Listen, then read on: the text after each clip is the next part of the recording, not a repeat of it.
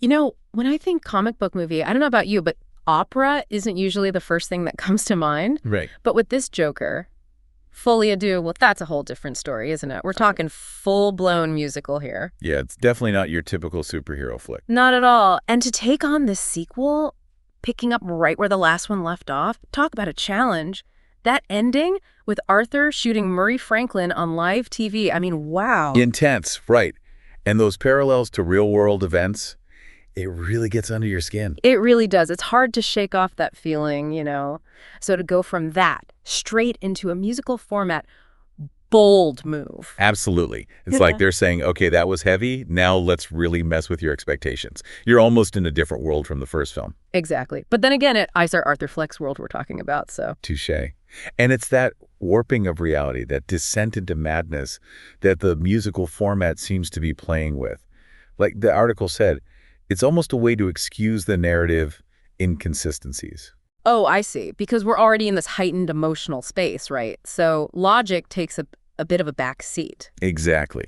And that's where Lady Gaga comes in, right? Oh, yeah, Lady Gaga. As Lee Quinzel, not Harley Quinn, which I thought was an interesting choice. Very deliberate. I mean, using Lee instead of Harley, it suggests a different dynamic, maybe something a little darker, a little less playful. Right. I mean, they meet in Arkham Asylum, for crying out loud. Talk about a meet cute.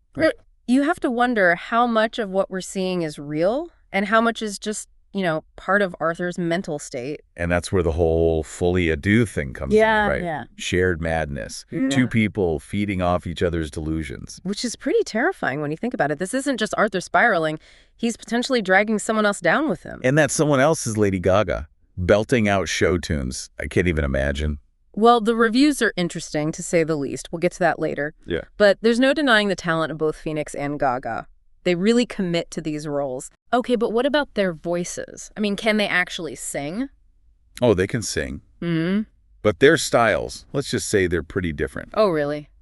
How so? You've got Phoenix with this kind of raw, almost unpolished sound. Okay, gritty realism. And then you've got Gaga, who's, well, Lady Gaga. Big voice, big personality. So a bit of a clash of the titans, then. You could say that. I mean, but that could actually work, right? Having these two completely different styles, it could really highlight the contrast between Arthur and Lee. Yeah, definitely. And it plays into this whole thing the film has going on with its aesthetic. Like one article I read, it was saying how the musical numbers, they're this weird mix, like you got classic show tunes. Right. And then bam, that's like 60s pop out of nowhere. Mm-hmm. It's a really deliberate clash of styles. So they're really going for that unsettling vibe, huh? Yeah, it's like they're trying to keep the audience on edge the whole time. Which, okay, I get it, but is it working? I mean, are people going to be into that? That seems to be the big question. Some critics are calling it bold, like the filmmakers are refusing to compromise their vision. Right. But then others, they're saying it's just pretentious, like it's trying too hard to be different. So which is it? Is Joker Folie Deux going to be one for the art house crowd, or is there something more there? It's a good question. And this is where that whole Joker fan service thing comes up, and it gets kind of interesting. Okay, how so? Well, one of the articles made this comparison, and it was kind of chilling, honestly. What was that? It asked, what would Charles Manson fan service even look like? Oh, wow. Okay, I see what they're getting at there. It's like, how do you make a character who's supposed to be this disturbing figure? How do you make them entertaining without glorifying what they represent? Exactly. I mean, it's a tough line to walk. Right. And it makes you wonder, right, is it even possible? Or have we, as a culture, just become so desensitized to violence, to this kind of darkness, that we need a musical to make us feel anything? That is a really good question. Yeah. It's something to think about, for sure. But moving on, maybe we can talk about the plot itself for a minute. You mentioned some narrative inconsistencies earlier. Yeah, right. Some critics felt like the romance between Arthur and Lee, it just wasn't very fleshed out. Like we're just thrown into their relationship. So we don't get much background, no sense of why they're drawn to each other? Not really, no.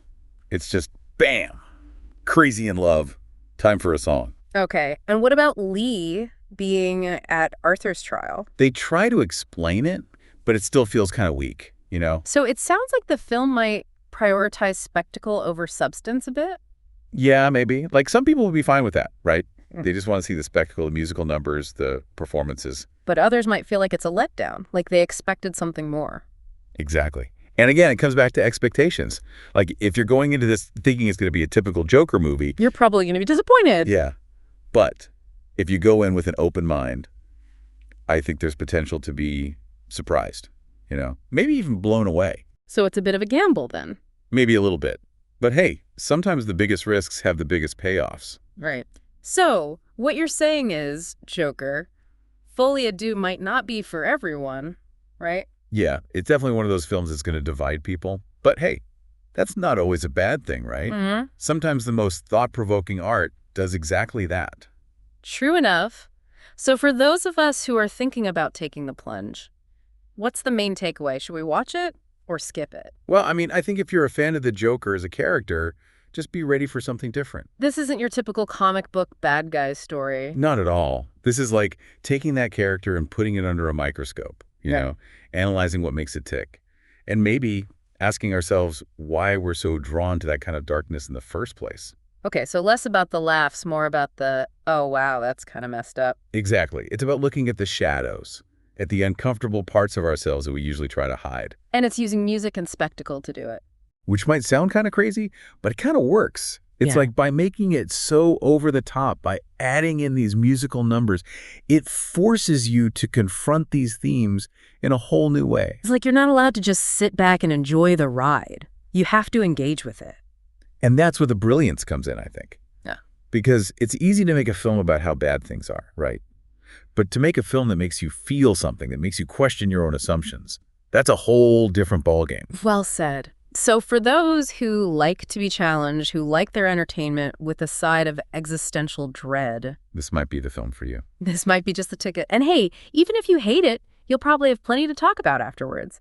And isn't that what a good movie or a good deep dive is supposed to do? Spark a conversation. Absolutely. It's all about expanding our perspectives, challenging our preconceived notions. And Joker, Folie I Do, it definitely does that. It most certainly does. Well, there you have it, folks. The Joker is back, and this time he's brought his singing voice. Will you be joining him for this twisted operatic adventure? Only one way to find out. Thanks for joining us for another deep dive. Until it's time, stay curious.